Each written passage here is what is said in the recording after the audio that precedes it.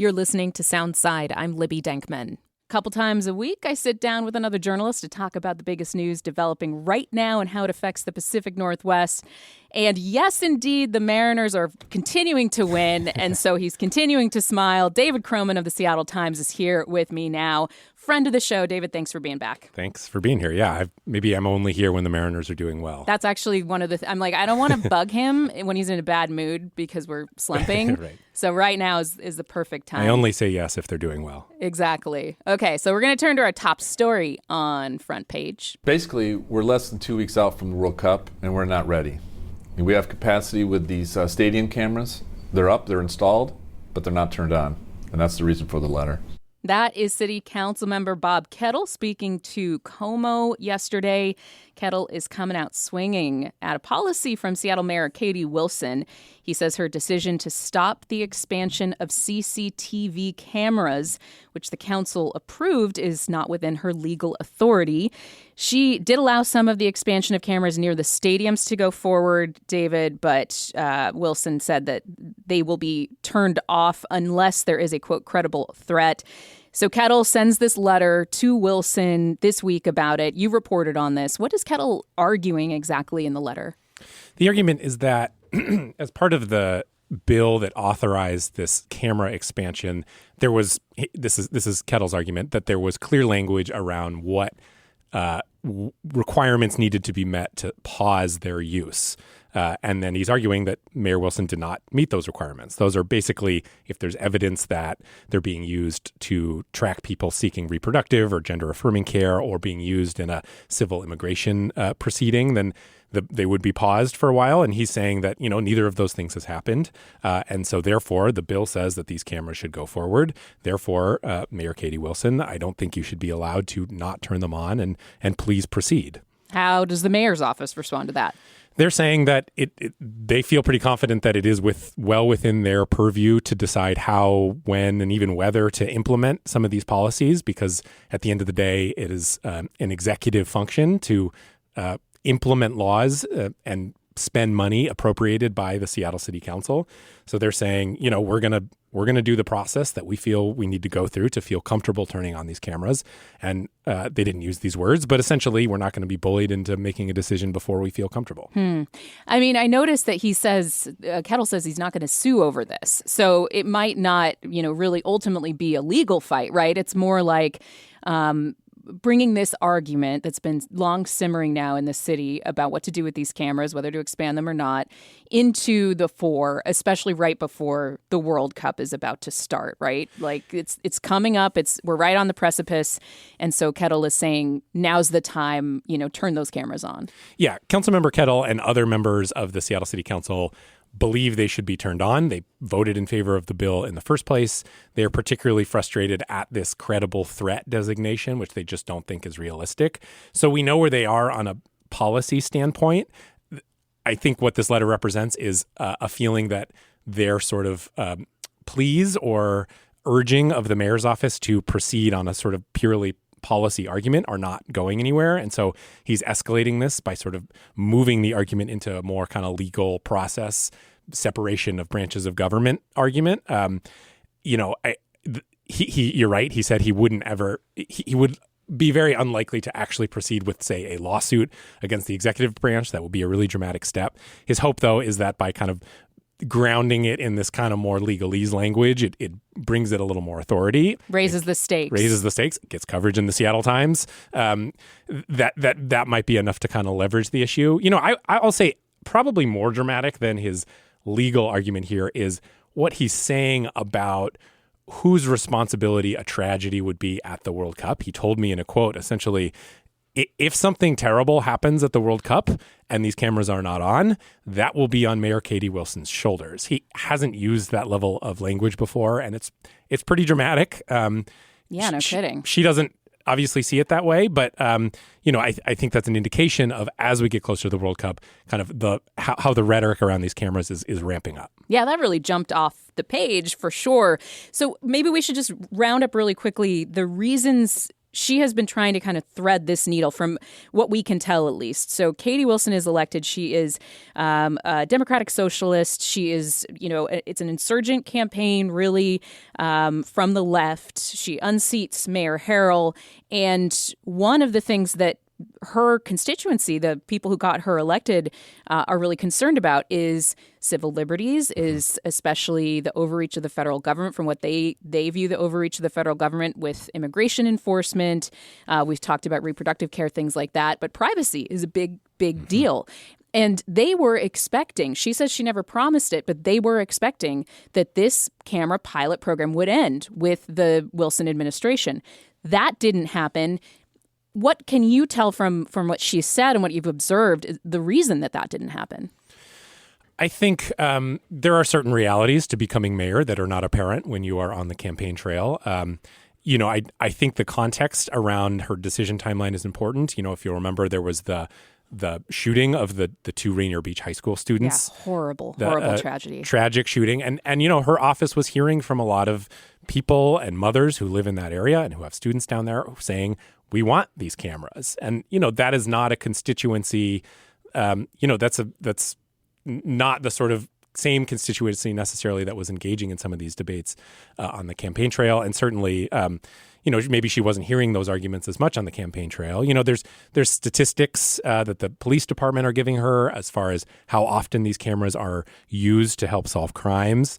And so, I think what she ended up trying to do was kind of split the difference a little bit. She said, I am pausing this rollout, but I'm doing so that we can engage with the NYU and do a study around the impacts here. Yeah, there's these two audits going on. So there's the one that Wilson ordered on data privacy. So that's with the NYU policing project. And then there's another one that was existing when Wilson took office that is going to be from UPenn and the Seattle OIG, a collaboration that's going to focus on law enforcement outcomes. So, I've talked to the Seattle Police Department about this before. They've given me examples of the ways in which the cameras have helped lead to arrests in certain places, have helped, provide evidence in really, violent crimes, oftentimes shootings, especially in the CID. They're in place right now on Aurora, CID, and downtown. The expansion would have brought them to parts of Capitol Hill, near Garfield High School. The cameras went in, as we said, near the stadiums. They've just not turned on.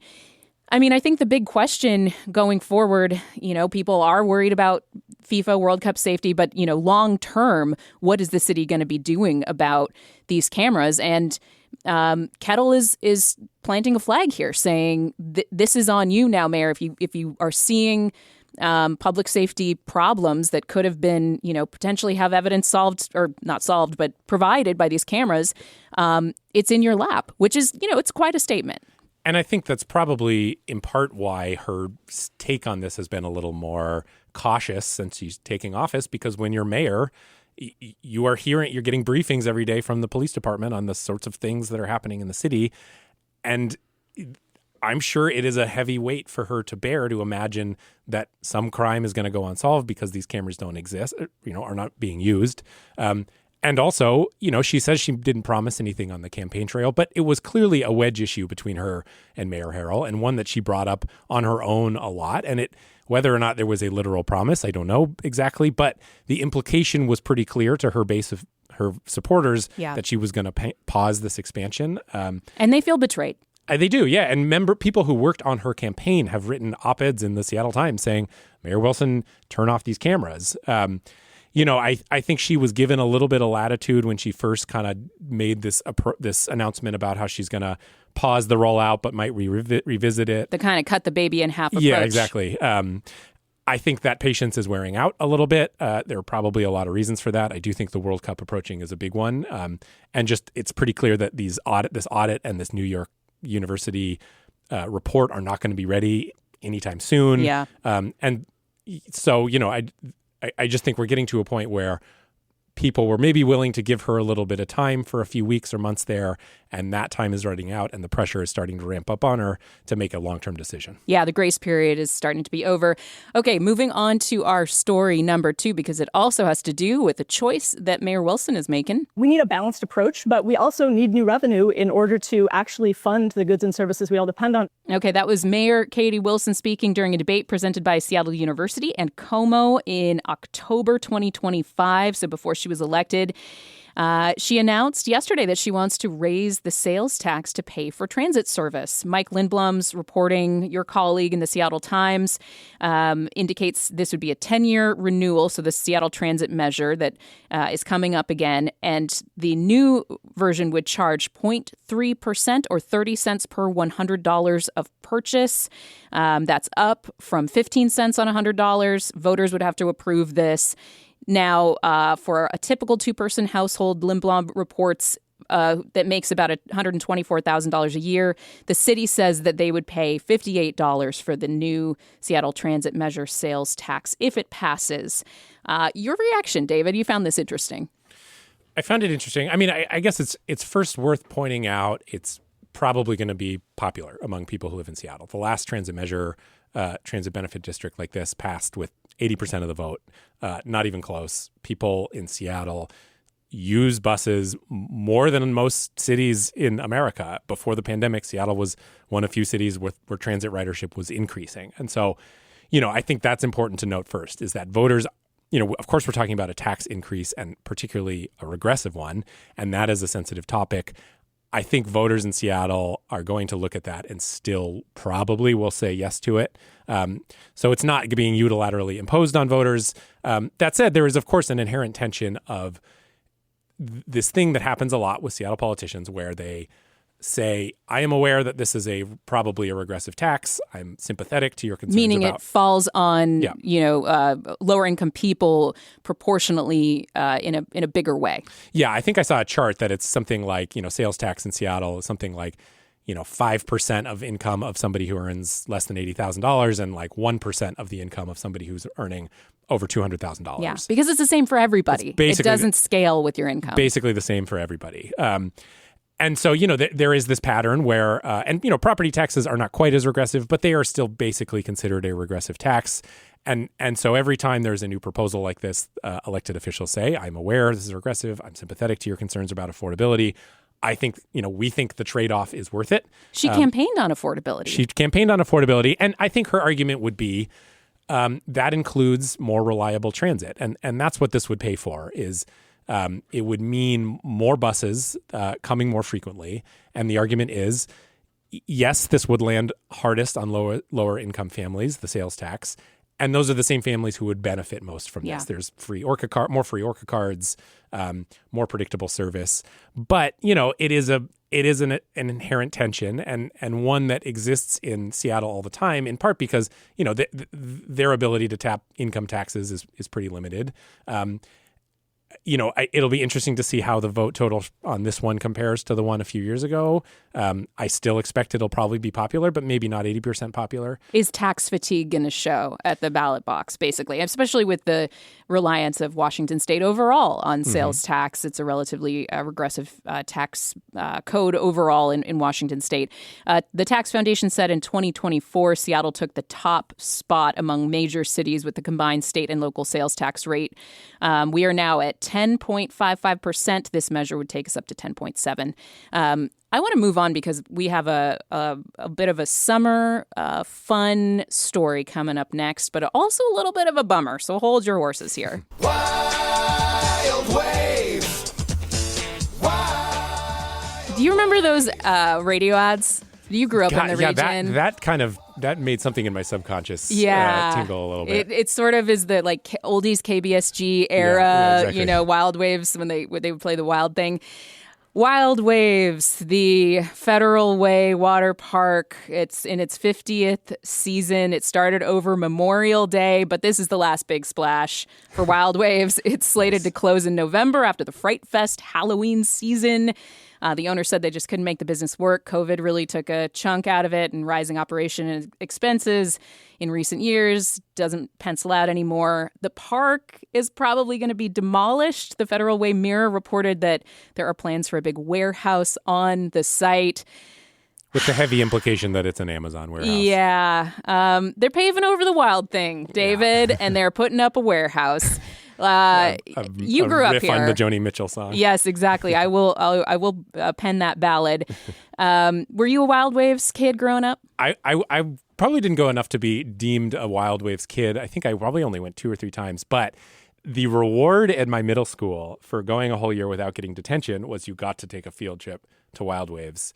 I succeeded in the 7th grade, and I had a great time with all of my friends. And, I probably can still smell the sunscreen mixed with, 80 pubescent middle schoolers. Yeah, middle school hormones. In 8th grade, I made the error of I stole a chocolate milk once. What? I know. It was terrible. And then I was caught brown-handed. Theft.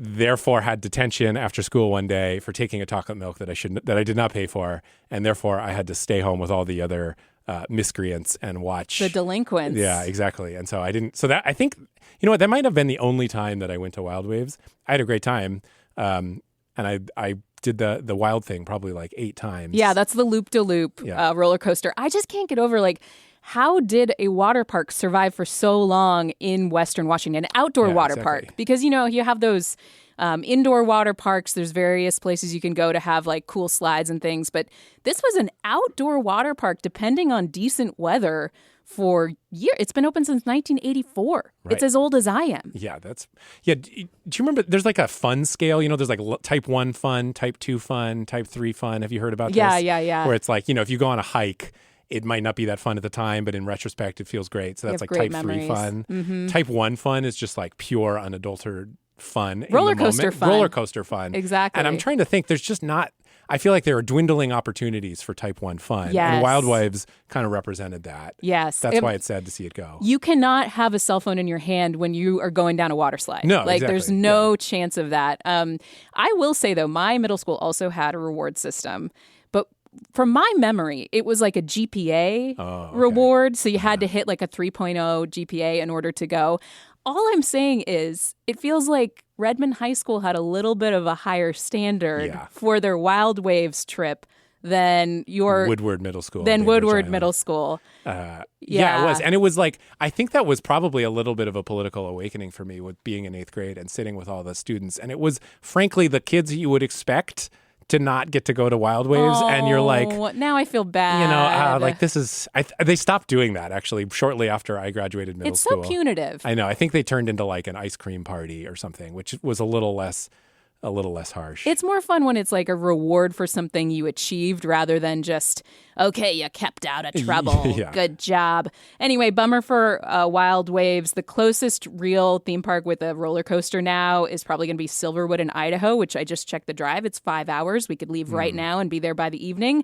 There's Oaks Bottom in Portland, but that's kind of a kitschy, nostalgic. They don't have park. the real big coasters. I don't think they have loops.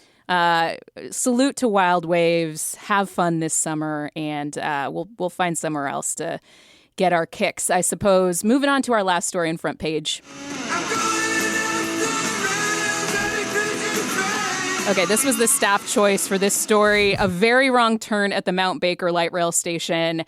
More like we're going on the rails, if you get my drift, as a Mazda SUV, thinking that it's a train. The Sound Transit light rail service was disrupted yesterday for a couple of hours because somebody drove onto the tracks, and we are talking up onto the tracks at the Mount Baker station, which is 35 feet in the air, 3 stories up.